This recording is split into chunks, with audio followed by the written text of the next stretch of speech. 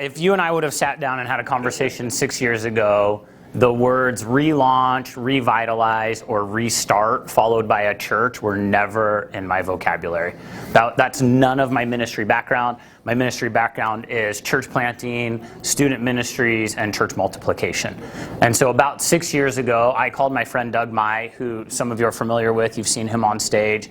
And Doug and I served together in Las Vegas for a little bit. And I called Doug and I said, hey Doug, I'm a campus pastor at a multi-site church in the Bay Area. I said, Doug, I think God's calling me to be a lead pastor and I don't know what to do. And so he and I had this conversation for like a half hour. And I remember at the very end, his advice was this. It was very simple. It was kneel, put your head down, and do the job you're doing. And I was like, okay. And so my grandma is a German immigrant, like straight like from Germany, and I grew up with my mom and my grandma. I actually shared a bedroom with my grandma from when I was like 2 years old to like 6 years old. And so I have like strict obedience to elders like glued in me from a young child. So when my mentor says, put your head down, do your job, and get a paycheck for your family, that's exactly what I did. And so I did that, and for the next 6 weeks I was miserable. And so I called Doug 6 weeks later and I said, Doug, I've done everything you said and I'm so scared to call you right now, but I'm miserable. And he said, okay, Neil, it's time.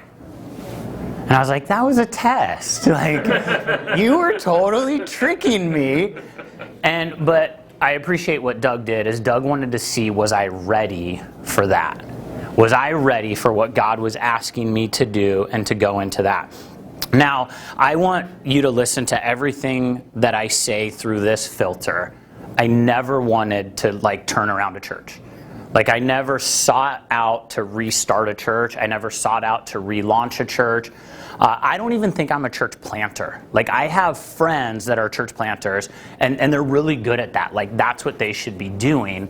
I just thought that, you know, like I would be a student ministries pastor my entire life. That's what I wanted. So, you know, you've talked to people, and maybe some of you even in this room, you had this like one day, this aspiration, like I want to lead a church. Like that's what I think God is calling me to do.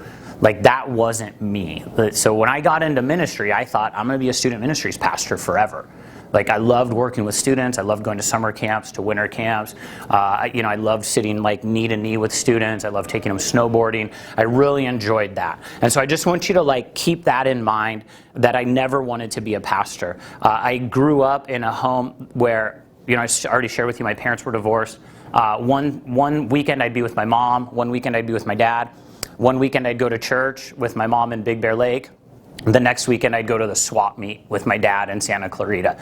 And so I was super confused on like what you do with religion and what that looks like. And so for the next 45 minutes, what I want to do is I want to share with you 7 key lessons that I learned from accidentally relaunching a church. And what my hope is that some of them you may go like, hey, that's good. And I'm not going to give you all the like pretty stories. So if you came for like, hey, here's all the pretty stories, like everything's going to work out okay.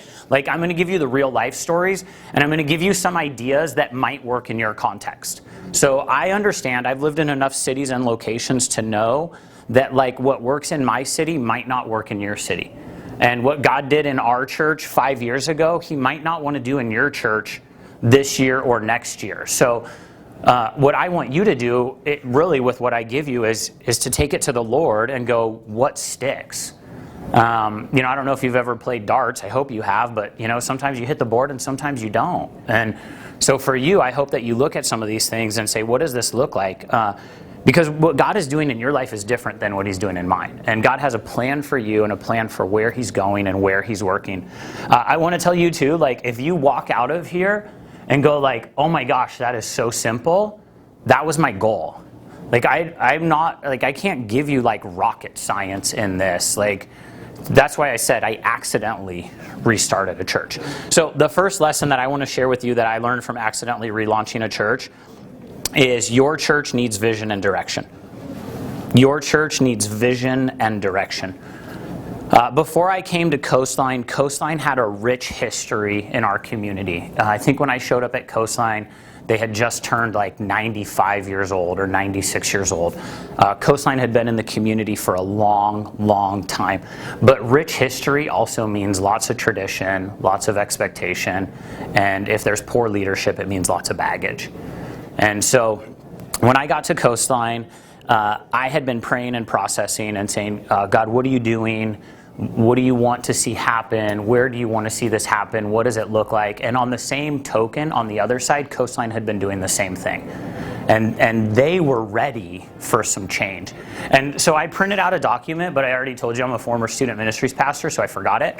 And I wanted to show you this like one-page document. If you want it, I'd be happy to send it to you. I'll give you anything. I'll give you all these notes, any resource that I can give you. I want to give everything away to you if there's anything that I can do to help.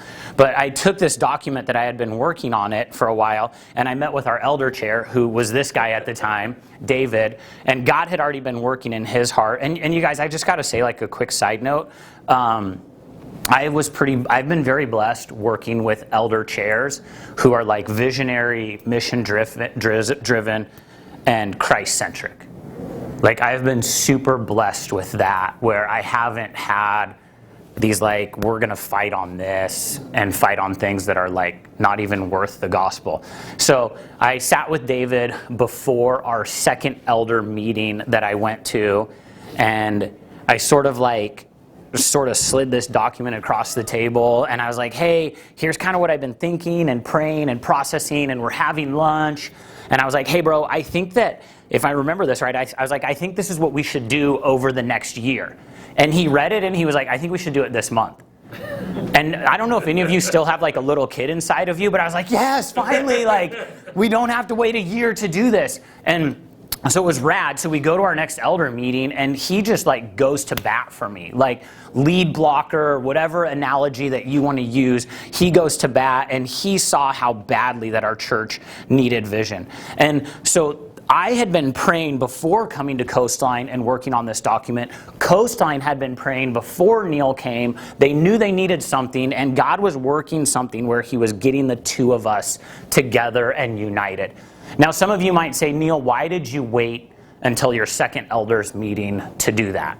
And maybe you're not. Maybe you don't even think, you're like, because I think that. Like, I think that way. Well, why did you wait till the second one? Why didn't you do it immediately?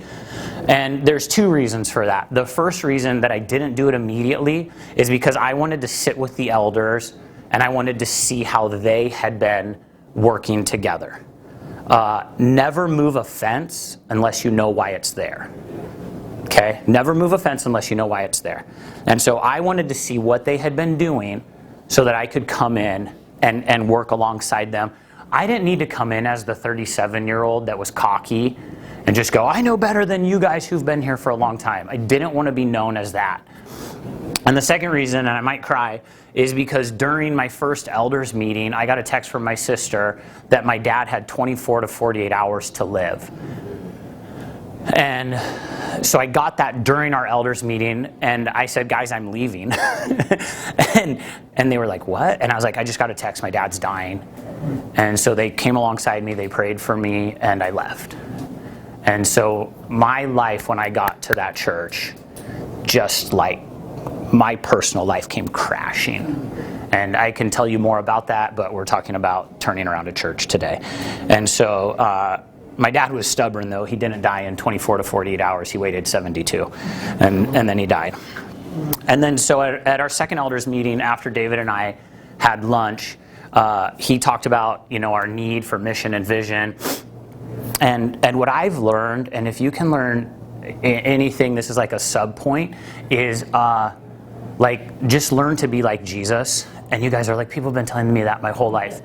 But here's what I would say is learn to ask good questions, right? When the blind man comes to Jesus, Jesus says, what do you want from me? Well, you and I go, it's obvious, Jesus, he wants to heal. But sometimes Jesus asks good questions so we can get good answers.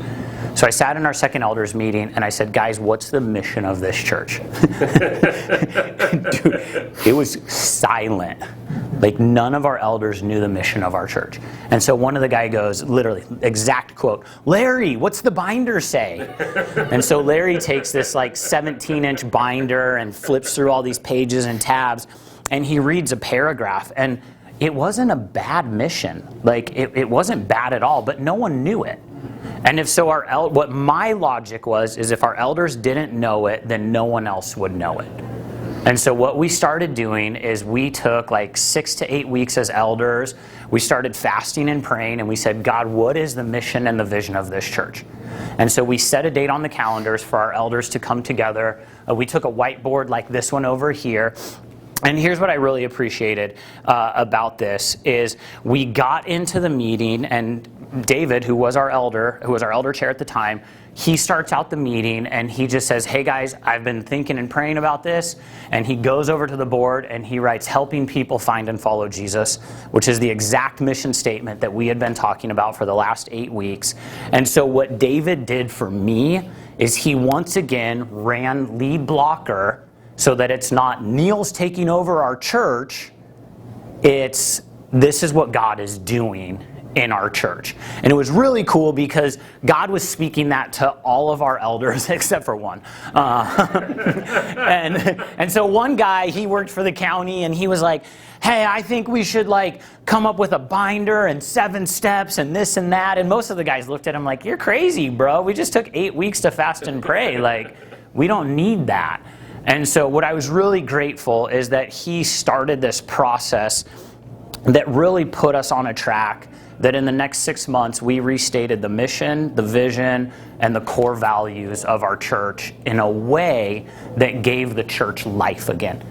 Because for so long the church had no mission, they had no vision, they had no direction.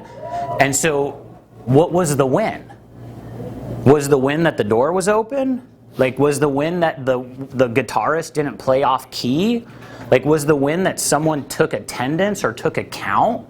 And so what we had to do was we had to figure out we needed a mission and a vision because it defined who we were and it defined what was happening. Now, hear this too, none of this happened in isolation. And I get that things were hard with the pandemic the last couple of years, and so if you stepped into a church that time, it would have been harder to do this. But one of the things I really appreciated is when all our staff and all our elders came together, and we had done some work on our core values, and our oldest elder, like half the elders when I got there could have been my dad. And so, you know, for some of them, it's like, oh, my kid's leading this church now. And one of the oldest elders, and he would call himself that. He'd say, I'm the eldest elder. And he said, when we rewrote the core values, he's like, we just put them in modern language. Like, why are we having such a long meeting? And it just kind of set the tone, too. It was really helpful. So the first thing that your church needs is it needs vision and direction. It needs mission. You need to have clarity on those things. And I just want to encourage you, don't do that in isolation. Do it in teamwork. Work with people. One of our core values for our staff is that we over-communicate. So you might be like, Neil, you're like talking way too much to people about that. That's just a core value that we have. We just want to over-communicate. Now this leads me to the second thing that I want to share. And it's not like you do these things like, I'm going to do this in the first 3 months and I'm going to do this 6 months later. Like everything that I'm talking about, you're probably going to have to be doing at the same time.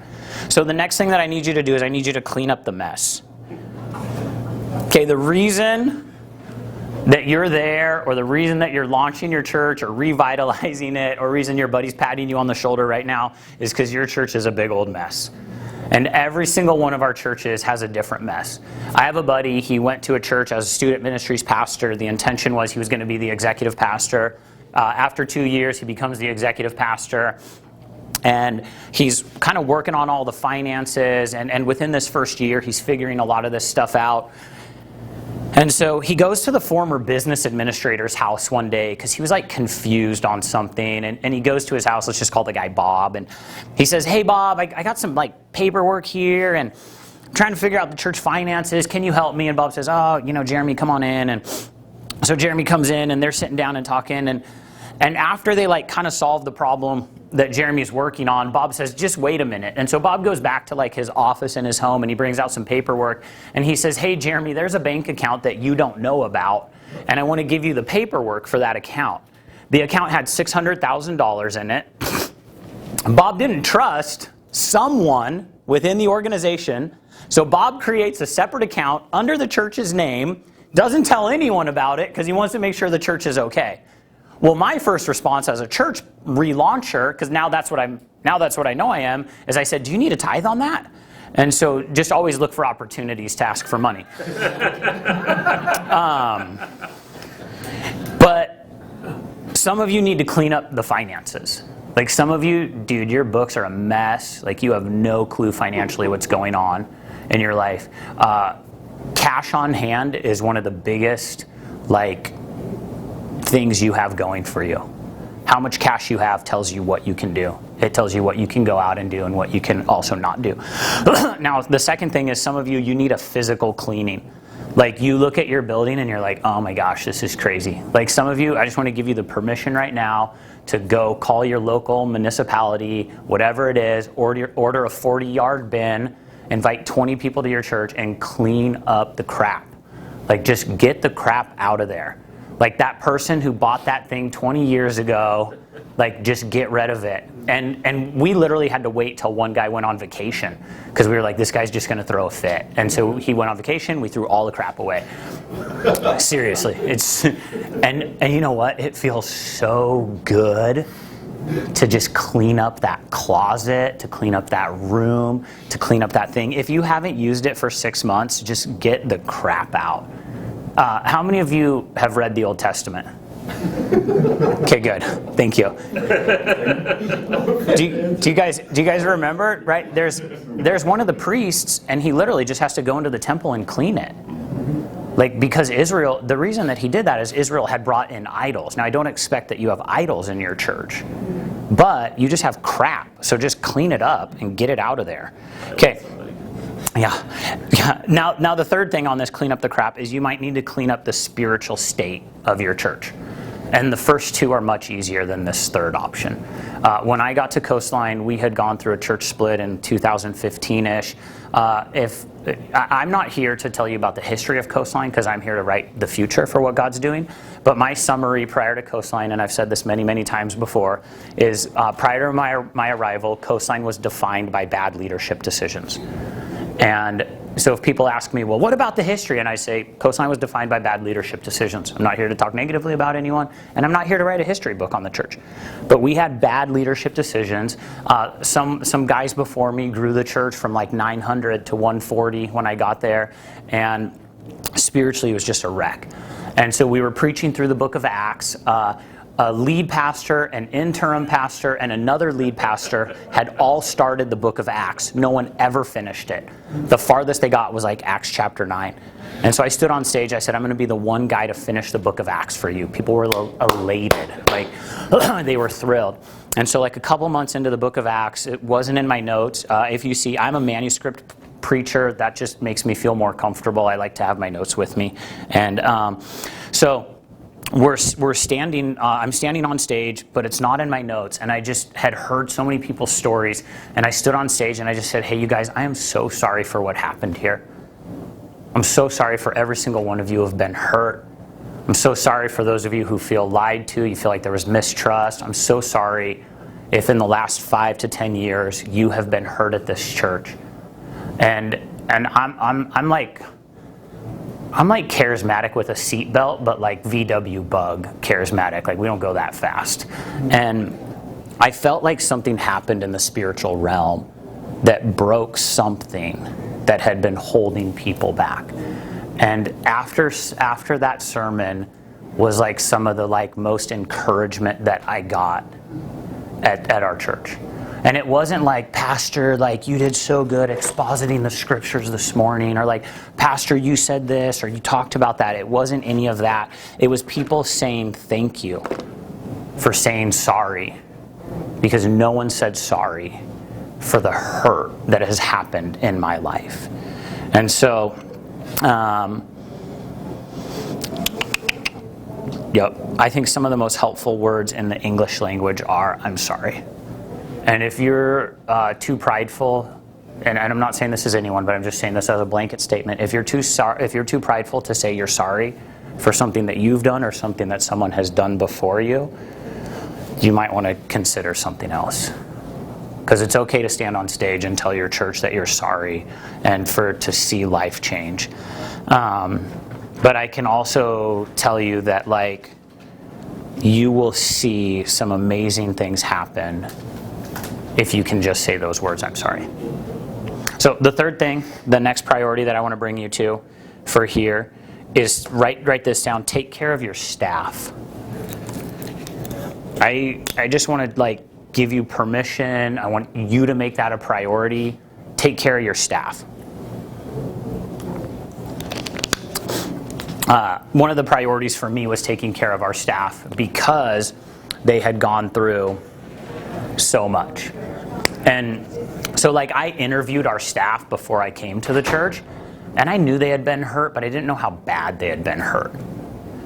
And it's like when you get married, you know about your spouse, but then once you get married, then you're like, oh no, oh yeah, okay. That's probably how my wife felt, marrying me, oh great, this is what I'm stuck with. And so then our staff started telling me how hey, I wanted to leave the church. Literally, I had staff members tell me they were praying that God would release them from serving on staff at the church. And I was like, man, these guys, they need some help. They need some joy. And so you're casting vision, you're cleaning up the mess, and now you're caring for your staff. And I'm telling you, this all happens in the same day. This sometimes happens in the same hour. Sometimes it even happens in the same meeting, what you're going through. One of the ways that we cared for our staff at Coastline is we slotted a regular staff meeting. So I interviewed our staff, and I said, tell me about the meeting schedule. Sometimes the staff meeting could start at 9, and it could end at 10:30 or 11 or 2 p.m. And no one knew. How many of you have kids? Any of you have kids? Do your kids like to nap on a regular schedule? Did they when they were little?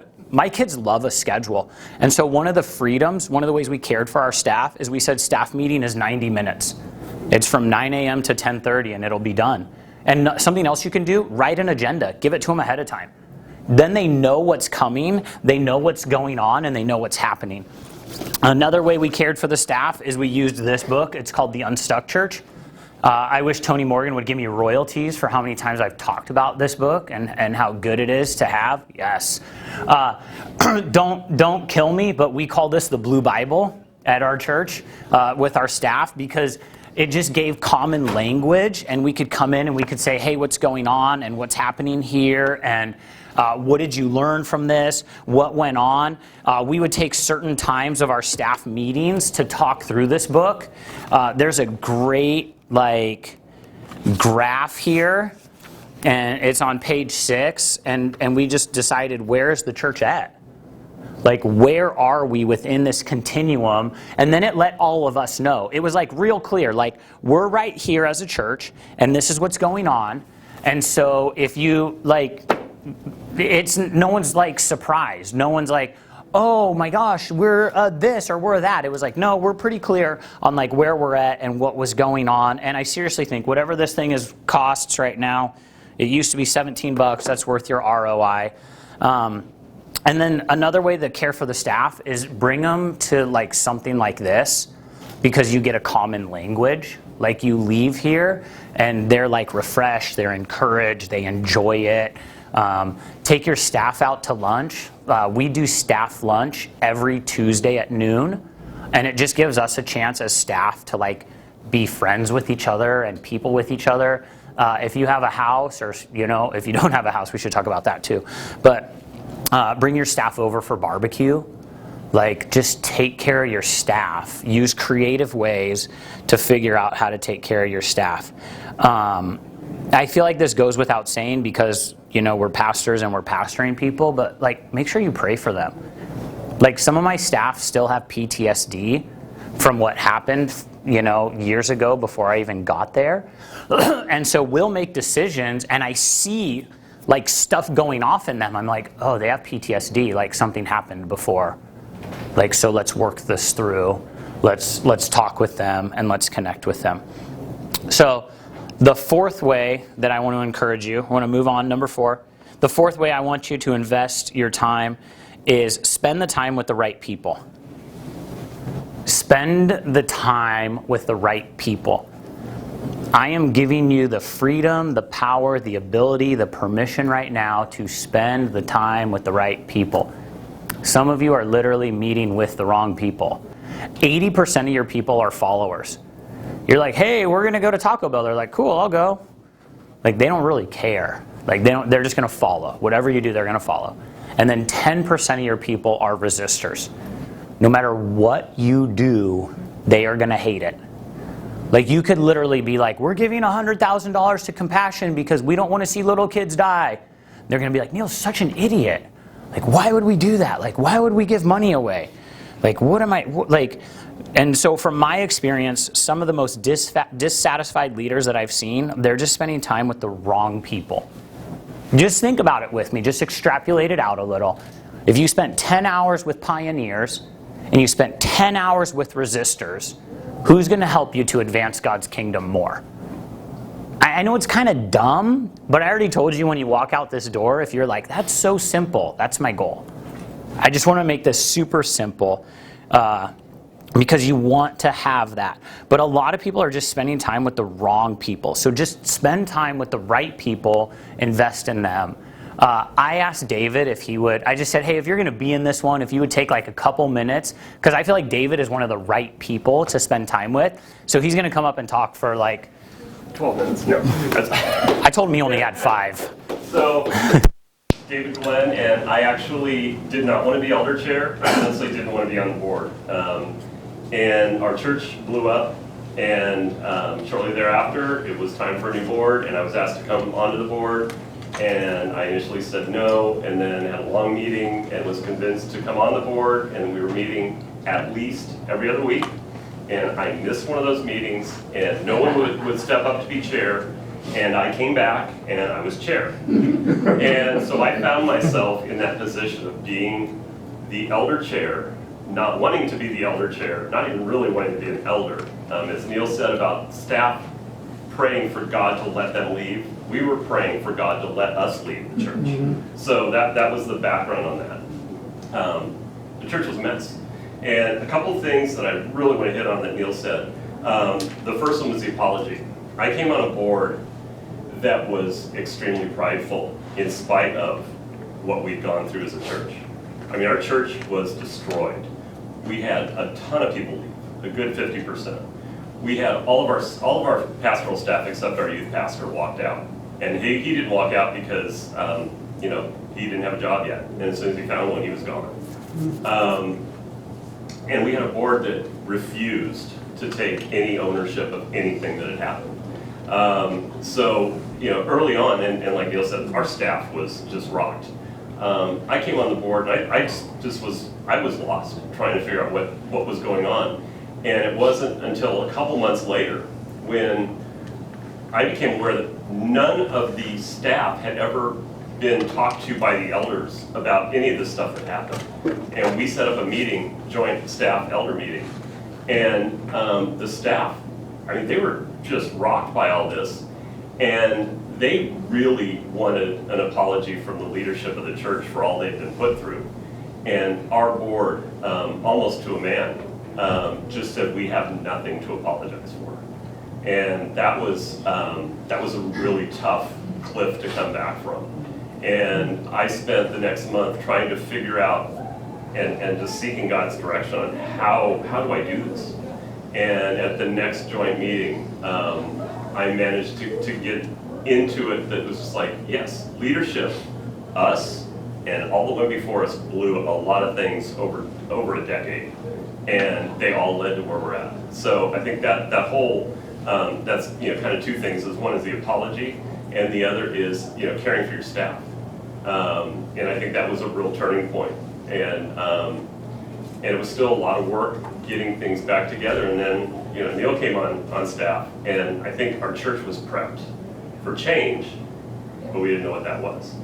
And like Neil said, we sat down, and he's just like, yeah, this is kind of like, I think, in the first year, and it's like, no, we have to go. And I think that is a critical thing, is sometimes you just have to step out in faith and trust that what God's laying on your heart, the vision that he's given you as the lead, you need to just be bold and go for it. And like you said, there's that 10% that is going to vote no on everything that comes up. They're going to complain about everything that comes up. And there's nothing you're going to do to placate them, so why bother? So just smile and be nice to them, but you just go ahead and do what needs to be done. And God has done some just ridiculous things in our church since then. We were super blessed that Neil didn't know what he was doing. I didn't know what I was doing. So the two of us together had no clue. So we didn't know what could be done or what couldn't be done. So we just went for it. And I think sometimes, I don't want to say ignorance is bliss, but sometimes you just have to trust that God's got a plan that's way bigger than any of us, and trust that He's going to work it through if we're faithful. Prayer, obviously huge. Listening to Him, obviously huge. Getting counsel from each other, talking through these things. We had a lot of conversations. I mean, it was, Karen said he was, like almost my second spouse at one point, because we were communicating so much every day, and that was super important. And but to see what God has brought us into, and when it came to the point where we said, we're not the church we were, and we had a lot of people that really wanted us to at some point become what we were, and that's where we had to really put this draw the line in the sand and say, Coastline is a new church. We need to accept that fact. We need to relaunch. We had a relaunch party, and we said, we're a new creation, and God's going to do some really awesome things with us as we go forward. And He has proved to be faithful in that.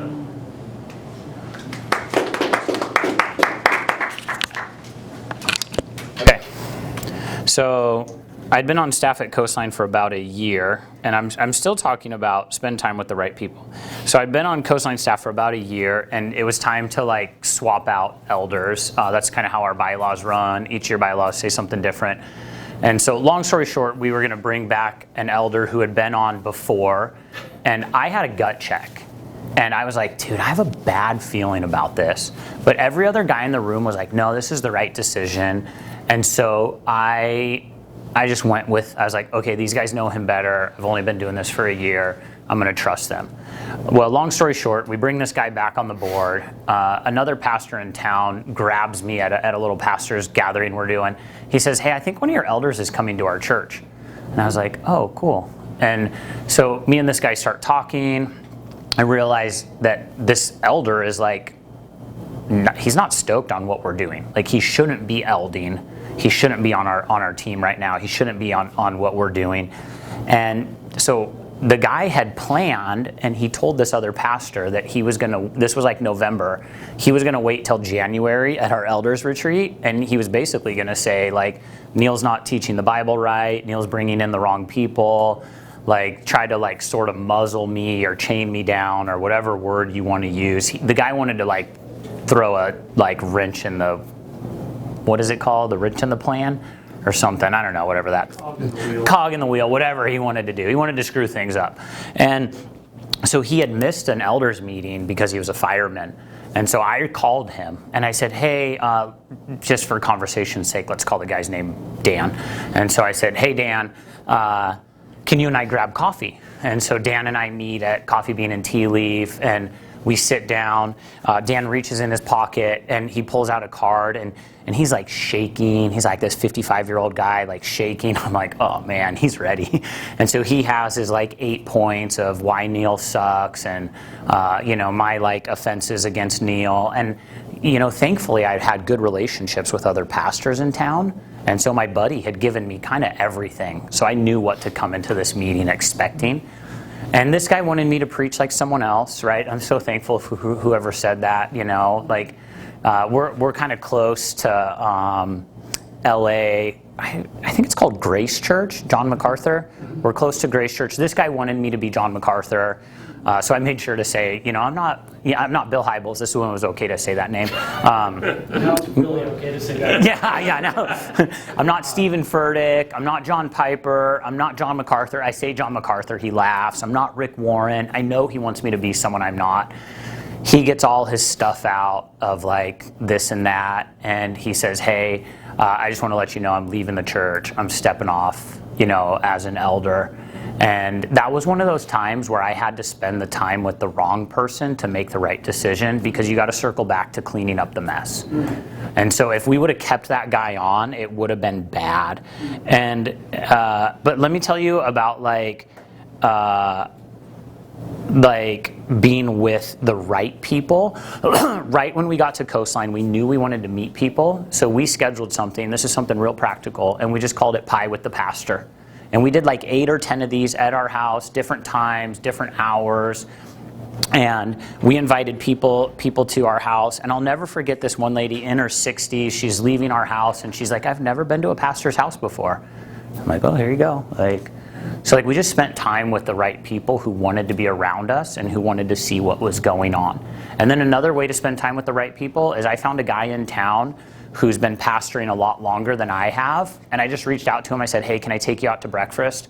And I'd sit with him and I'd say, hey, here's what we're working on. And he'd give me advice. And one morning we were having breakfast together. And I said, hey, I don't know if the church is going to keep me. Like, we're making a lot of changes. Like, we're cleaning up the mess. We're casting mission. We're casting vision. I don't know if I'm going to stick around here. And he said, just swing for the fences. And I'm not a baseball player, but I was like, oh, I get that. Like, I can do that. And so I just want to give you the power to swing for the fences. Like, if you're not swinging for the fences, you're never going to hit it over. And don't get me wrong, like singles, doubles, triples, all that is really good. But dude, go for the fence every now and then. Swing for the fences. And we swing for the fences at Coastline. Like, we see some really cool things happening. And it's just rad.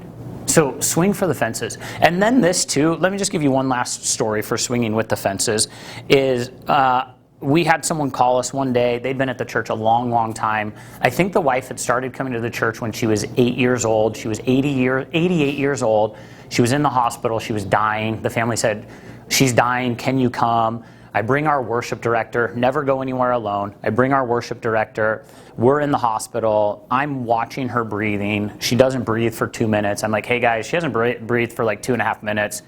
And they were like, oh yeah, grandma's dead. Like, but just be with people. Like, be there. And right now, I'm shepherding her widowed husband, who's 92, and we just checked him in to like a care facility. So you're doing. Remember, I said you're doing all of this simultaneously while this is going on. Okay, so I've given you 4 points already. Do you have any questions? Can we take like 5 minutes? And if you have a question, you're like, okay, I'm dying to ask this, Neil. If not, that's okay. But I just want to give you the option. If you're like, tell me more about that, or. When you were having that meeting with that elder, were you prepared to tell him that he needed to go? Yeah, but I had already known he was going to leave the church. Yeah. So I kind of lucked out where I wasn't the jerk. But you were prepared to be. But I was prepared to say, hey, you just can't go to both churches, and you can't be on our elder board the way that you're acting. And what's really nice too is David and I had been talking about it, and he was ready to engage it also, so that it doesn't, so I don't take all the shrapnel. Yeah, good question. Anything mission, vision, cleaning up the mess? Yeah, Neil, just regarding the spiritual side of it, Yeah. as you're trying to take the spiritual pulse Yeah. of the congregation and get a sense of how they respond to prayer and the teaching, and are they engaged? Are they just going through the motions? Yeah. Are they apathetic? How do you take that pulse, and then how do you deal with it in a constructive way to, if they're off track, if they're super immature, if they're in a wrong place, how do you work with that and correct it? Yeah, I kind of have like, I don't seek out confrontation, so like, please don't hear that. I'm not like, let's go fight right now. But I'm also like, let's just not deal with crap, because it's just going to slow us down. And I think too often, if you actually listen to Malcolm Gladwell, you could read it too, but I listen to books. Malcolm Gladwell has a book, it's called Talking to Strangers, and we naturally assume that people have good motives. But what he goes on to say is that we don't always have good motives. And so there's some people who their motives are bad, but we're like, no, it's going to get better, it's going to get better, it's going to get better. And then we're like, oh my gosh, how did this happen? And the writing had been on the wall for 3 years that we should have talked to that person. So we just try to engage things early and often, and just don't let them go on. A simple way too, I don't ever eat lunch alone. And so just go have lunch with that person, sick an elder on them. If you're like, man, I just don't have the I just don't have the spiritual energy for this right now. Just go tap one of your elders and say, I need you to meet with this guy once a month or once a week. And yeah, that's a great, man. I call it abdicating leadership. Like, my wife says I have the spiritual gift of delegation. So, yeah, stick an elder on them. Yeah. Okay, I'm gonna keep going. One more. Oh, we got two more. Okay. Can you speak to how you balance that, clearing up the junk that's left around without? You'd also said, don't move a fence if you don't understand why it's there first. Yeah. Because there's a tension between those two things. Mm-hmm. Yeah. That a little? Yeah. So we have to learn to walk in that tension. So we have to. I said, like, I'm not here to write a history book on Coastline, but you do have to be a good historian. And so you have to figure out how much time and energy do you need to spend in that. So you and I both know, you could spend, I don't know how much you spend on a sermon. I typically spend 12 to 16 hours writing a sermon. If I spend 8 hours on a sermon, you're going to tell. But if I spend 32 hours on a sermon, it's probably not going to be much greater than if I spent 16 hours on a sermon. So I'm kind of freeing you up to not overthink it, but to do enough research so you kind of know what's going on, and then be able to make a decision. And then also be ready to say, I'm sorry. Like, oh, I made the wrong decision on that. I'm really sorry. I didn't know that. Yeah. I know it sounds simple, huh? Well, I think understanding why the fence is there doesn't mean you have to agree with why the fence is there. Yeah, you just understand why it's there. Yeah. I'm wondering, it's nice for the leaders and the staff and the board to plan all this stuff, but you have to bring the members along. Yeah. How does that work? Yeah. Can we get there? Can you give me a minute and I'll get there for you? Okay. I'll get there. Okay, here's where you start bringing people in. This is the fifth thing I want to encourage you to do. This is my favorite thing. Run a pilot version of something. How many of you are watching Ghosts right now? Is anyone watching Ghosts? It's a new show on Hulu, but it's not. It's on a normal TV show channel too. But Ghosts, if you go look at episode 1, it's the pilot. And every TV show starts with a pilot. And they want to see if the pilot works. And so I want to give you the freedom to start a pilot version. If you have something that you want to start right now, you want to start a second worship gathering, you want to start a night service, you want to start a prayer meeting, you want to start a small groups thing, you want to start whatever you want to start with, just start a pilot version. Whenever I talk about pilot version, I feel like I'm giving you an infomercial for the low introductory price of free $99. You can start a pilot version too, and the best thing about a pilot version is now we're bringing everyone in to what's happening. So we're also actually one of the things to answer your question a little that I took out of my notes was call a special meeting and don't let anyone vote. And you just call a meeting and you let people know what's happening, but it's not one that your bylaws require and no one gets to vote. And people walk away, they're like, we didn't get to vote. And we're like, yeah, it's just a special meeting. We wanted to tell you what's going on. And so people are like, oh. Because a lot of times people think they have more power than they want or they need. And so if you just call a special meeting and hey, we're rewriting the core values, or we're doing this, or we've been working on this in the background and we just wanted to tell you, then not every meeting is bad. Because it's for some of the churches that are turning around, every meeting that they had has been bad. Because it's been someone came and this person happened and this happened and this happened and we had a survey and dude, people are just exhausted from that. And so it's okay to just have a special meeting, and that could even be your pilot version. You could even try to run a special meeting. I'll tell you what we did for our pilot version that we did. And I want to tell you, actually, let me tell you why we did this before I tell you what we did. The reason that we did a pilot version of 2 services is because some of our best people never got into our worship gathering. They were serving in children's ministry, they were serving in the parking lot, they were ushers, greeters, and so they just didn't get to worship. I talked to a buddy about this when we were trying to figure out the pilot version, and what they did when their church launched is they did a leaders gathering for 20 or 30 minutes before their first service. And so what we decided at Coastline is we decided that we were going to launch a second worship gathering, and we did it as a pilot version. So we called a special meeting in February. We said, hey, here's what's going on. You guys know that we've already cast mission. We've already done vision.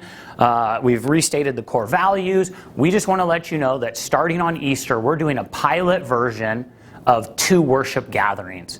And here's the times that it's going to be at. And then what we did, they didn't get a vote on anything, but then they got to serve in something. And so we said, because we're doubling everything we're doing, we need more volunteers. And so we let them sign up to serve. We ran our pilot version. In staff meeting halfway through, we needed to make a decision. Do we keep this going or do we not? I said, we keep it going. And all of our staff said, no. And our staff won. And let your staff win. You don't have to win everything. You can lose a battle and still win the war, right? And so that, for me, that wasn't a hill I was going to die on. Okay, I'm the only one who wants it. Every other of you don't. Okay, great, you win. And they were right. And I told them they were right. After we got it, I was like, you guys are right. And I kind of came my head hanging over them, like, okay, you guys are right, you win. But they were right, we just weren't ready. Our volunteers weren't ready, our children's staff wasn't ready, our hospitality team wasn't ready. But here's what it did. All summer long, what do you think we focused on? We focused on getting ready to launch a second service. And it made all of our team work together. And the team who hadn't worked on anything cohesively for a long, long time was now spending from February till August on the same exact goal. And it was really cool how that pilot version turned out. We needed a lot more volunteers. We needed to focus on leadership training. We needed to focus on building people up. You've all heard this, that at every football game, there's 60 people in the stands who are in desperate need of exercise, and there are 22 guys on the field who are in desperate need of rest. You have a lot of people in your church who know a lot about Jesus, and they need to start serving. They need to stop just sitting and taking it in. Now, here's the great thing. I told you I'm going to give you the horror stories too. Not everyone will like your pilot version. Okay? So, we did our pilot version, but because we were going to 2 services, that meant we were splitting the only people we had into 2. So we took some ropes and we roped off the back like 8 rows. These guys love this one.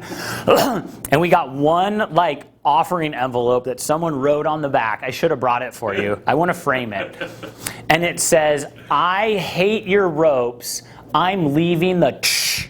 Like they couldn't even write church. They were like so pissed at us. And I was like literally, and so we keep that. Like I have a little thing in my office and I keep that. And I'm reminded that if you launch a pilot version, someone is going to tell you, I hate your ropes, I'm leaving the shh. Because they just can't figure it out. So someone might leave your church if you do what I ask you to do. Okay, the next thing. Are we on number 6 now? Is this 6 already? Whew. Okay, number 6 is consider relaunching the church. Consider relaunching the church. When I got to Coastline in 2017, I had no goal whatsoever to relaunch Coastline. But as we started casting mission, casting vision, as we cleaned up the mess, as we met with leaders, as we spent time with the right people, we did pilot versions, then I started talking to people. I told you, bring your staff to a conference like this. So I was talking to people, guys at a conference like this, and it was like, oh, we need to relaunch. Like, we need to let our community know this is a new church. This isn't the same church that did all the hurt. This isn't the same church that the bad stuff happened at. We needed to relaunch, and it was really obvious. I actually pulled up an email so I could share some of that with you in this section about what we did. And so we talked to all these kind of people and friends who gave us input and advice, and then it's my job to come to the elders and say, what is God asking of us? Like, is this just a really cool idea to relaunch the church, or should we really do it? And so we decided as elders we should really do it. And so we worked with an organization that's called Start Church. We were Coastline Bible Church, but really we were First Baptist Church doing business as Coastline Bible Church. And so we went to a company called Start Church. We flopped those. So now we're officially Coastline Bible Church, and we can still do business as First Baptist Church of Ventura. Now, people asked us, why did you do that?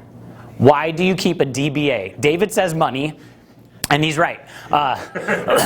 Because someone has you written in their will somewhere, and when they write a check to First Baptist Church, don't you think I want to be able to cash it? Yeah. So we kept First Baptist Church as our DBA so we could still do business as First Baptist Church. Corporation too. Yeah, so you have all that. Start Church does all that paperwork. They're smarter than me. I can't. We redid the corporation, everything. Yeah, I can't do that stuff. I don't know any about that. In 2017, when I got to Coastline, I met with 3 different people, and they said the same line to me, the same effect. They said, Neil, you are the last chance for Coastline. I was 37 years old. I walked away from each of those meetings. I thought, no pressure. Don't let people put their expectations on you. God loves your church way more than you ever will. And if He wants you to relaunch it, do it.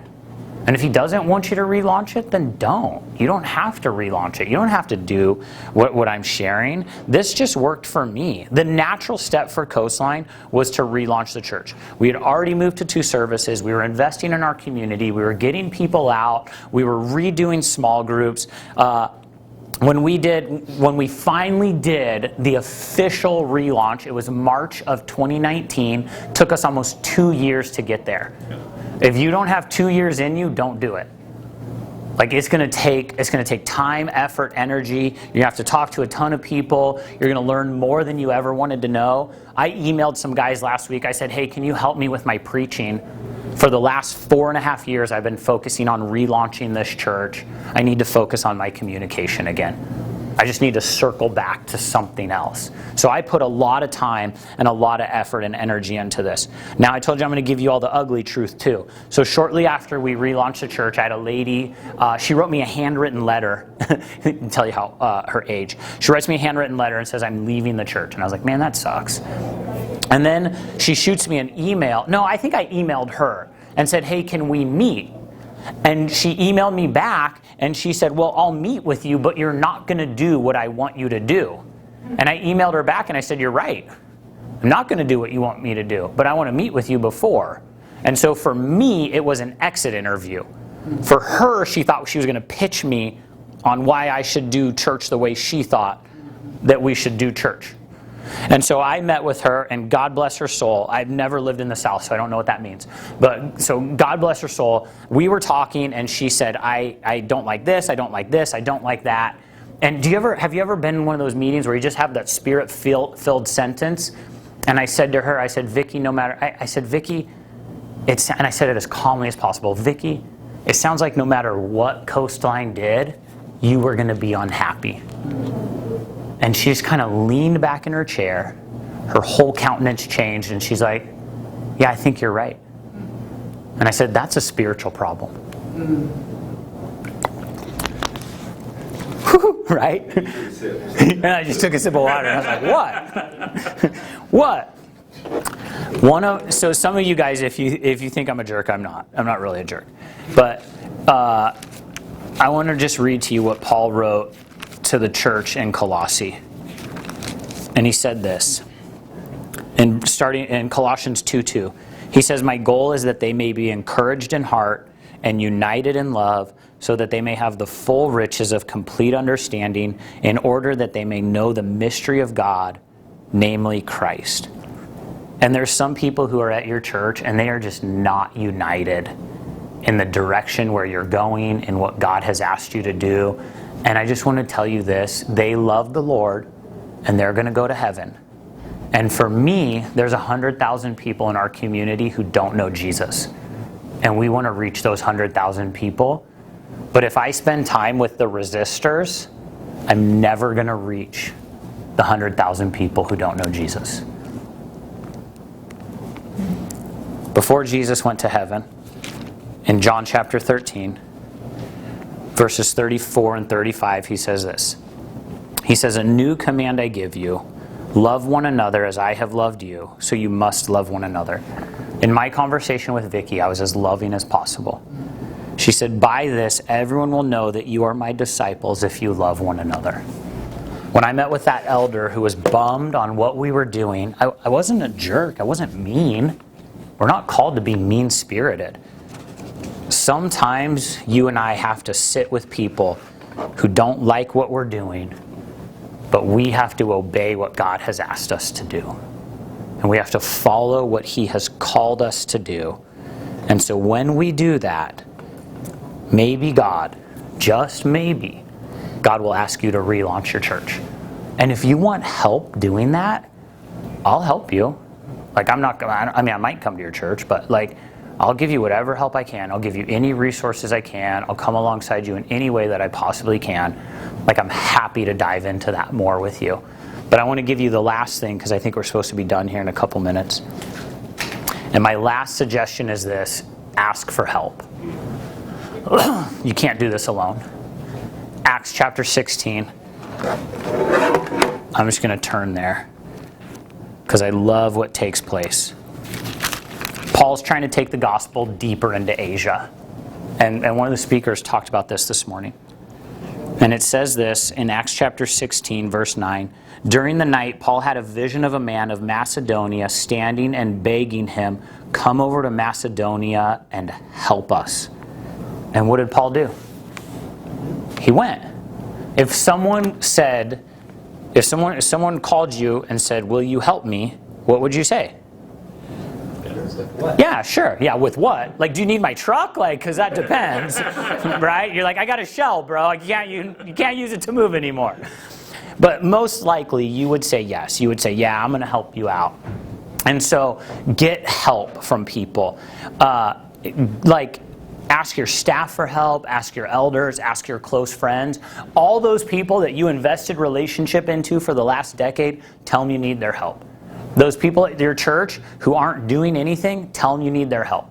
Those elders who you want to call to something greater, tell them you need their help. Your buddy who owes you something still from college, tell him that you need help. Go buy someone lunch, tell them you need help. Get scrappy, think creative. You say, Neil, I don't have the budget. I didn't either. You say, Neil, I don't have this. We didn't either. We didn't come in to try to figure this out. I'm not an expert at this by any stretch of the imagination. But I asked a lot of people for help, and most of them said yes, and they came alongside. Part of that, I shared some of that email I sent to like 20 leaders in this group of churches, and I said, just come help us. So Brian is sitting in here, and we asked Brian and another guy named Mark to come help us, and they brought us through this thing called StratOps. And it just gave our church, like, where are we going? Like, they came in and helped us. When I got to Coastline, they told me that the leadership structure was one way. I love how, yeah. And this will answer your question a little more too in the back, sir. But then I was in the structure for like 4 months, and I called my mentor, Doug Mai, and I was like, hey, Doug, I think that like they tried to sell me a Mustang and I bought a Pinto. And like what they told me was happening is not the reality of what was happening. And so TM helped us for like 2 years. Like TM met with our elders and talked with us about how to rewrite our bylaws. And then they coached us while we did it. And then we called a special meeting where no one got to vote. And we brought someone in from TM so no one could crucify me. And he stood on stage and told our church why we had to rewrite our bylaws. And our bylaws went from like 26 pages to like 8. They're like so much better. But we just asked people for help because we knew we didn't know what we were doing. There's a team here, it's called the chat team. I serve on it a little, and it's just the church health assessment team. And like, just ask them for help. Like, that's why they're here to help you. So, my name's Neil. I never wanted to relaunch a church, but I wouldn't change it for anything. God taught me a ton. And I would encourage you, ask someone for help, and don't come here alone next year so that you can walk away with common language and what God's doing. We have 8 more minutes, and then I think you get a 30-minute break. So if you have any questions, I always say if you have the guts to ask it, I have the guts to answer it. When you ran a pilot of the 2 services, was that like you did it once, or did you do it for a month, or? Great question, thank you. We did it from Easter to Mother's Day. I think it was about 7 weeks. And what we did is we actually, those core values that we talked to, that we updated, I think for those weeks we preached those core values. Yeah.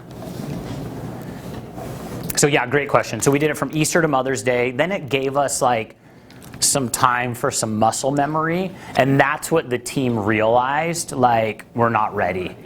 Yeah, and it's always the lead pastor who wants more services, right? And so the team is like, stop putting more work on us. And I came from, my previous experience was my church, we had 3 services. So when I came and we had 1, I'm like, this is like, yeah. But I kind of was bored on Sundays. I'm like, can we do something else? Like, wow, we only work for like 3 hours? Like, okay.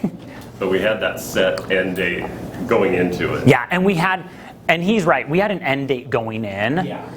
And I wanted it to not be, but everyone else wanted it. Good question. What else? What was it? Was there anything I was unclear on, or anything you want me to like break down a little more? Or? Regarding the relaunch. Yeah. I'm the transitional pastor. Yeah. Okay?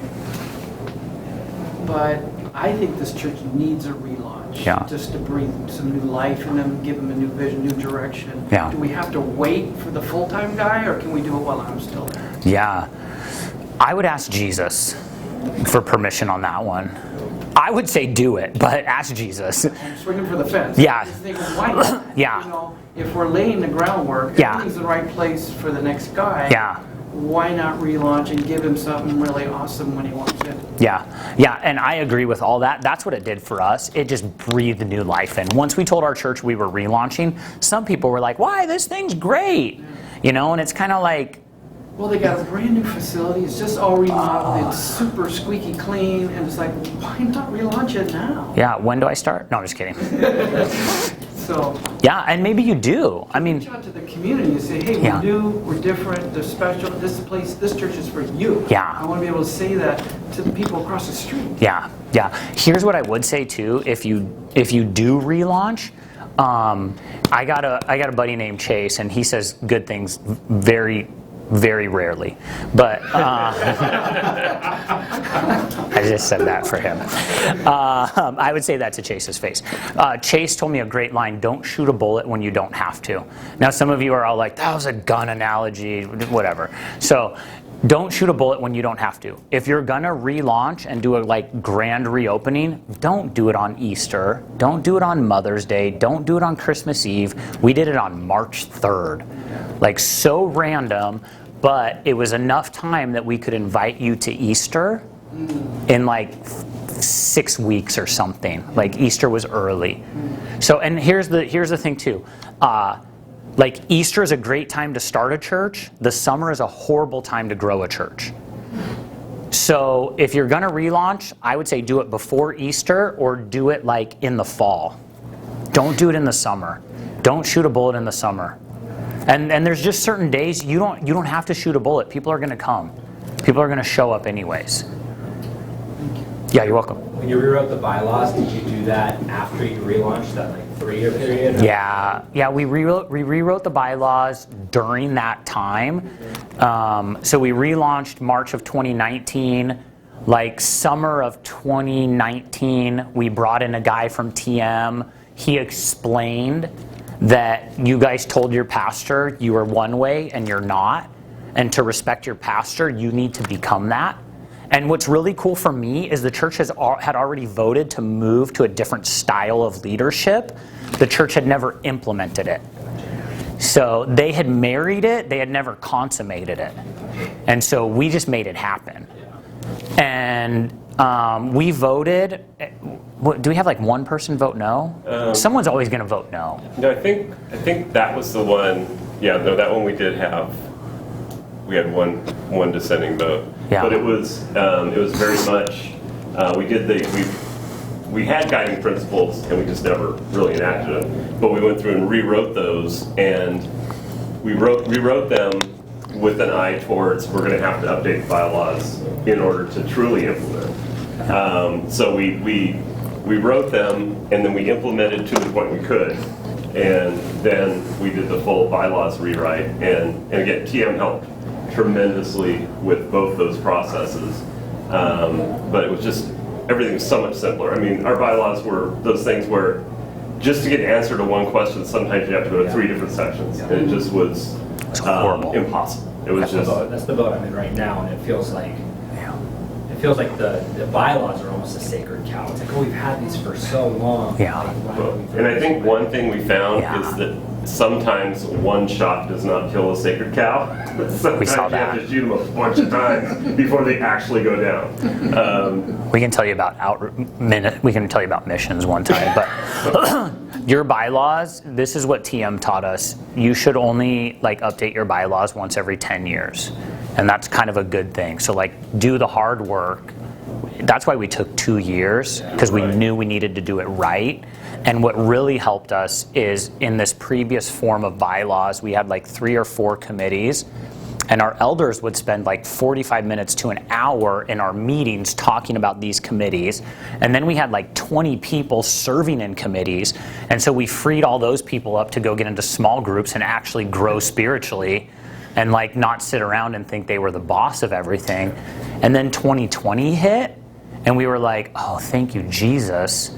Because we didn't have to go ask this person for this, for that. So we could do, like, we would have been screwed. And I say that as kindly as possible. Yeah. So, in relaunching, what do you do with exhaustion in the congregation? Because people just kind of Yeah. exhausted with change, exhausted with, Yeah. we're in the middle of relaunching about 50 people. We grew to about 50 from 100. Yeah. And just, folks are tired. Yeah, and it sounds right. Yeah. Yeah. We lost people for sure. We didn't set out to lose people, we just lost them. And because they're tired, so like that story with that lady, there's people, they're going to leave your church no matter what you do. And they're not going to be happy. And here's the crazy thing too, is there's someone sitting at like another church right now and they need to come to your church and like breathe life into it. So I would just say like care for the people. Like, you know, empower your small group leaders to care for their small group, empower your elders to care for people. Try to have lunch with people. One thing we're talking about doing at our staff right now is we're talking about once a month inviting whoever wants to just have like lunch with our staff on Tuesdays. And it's like brown bag lunch. And then they just feel like they have more relationship. So I just like to do ministry and relationship. I don't know if that's helpful. Okay, it's the first thing I thought of.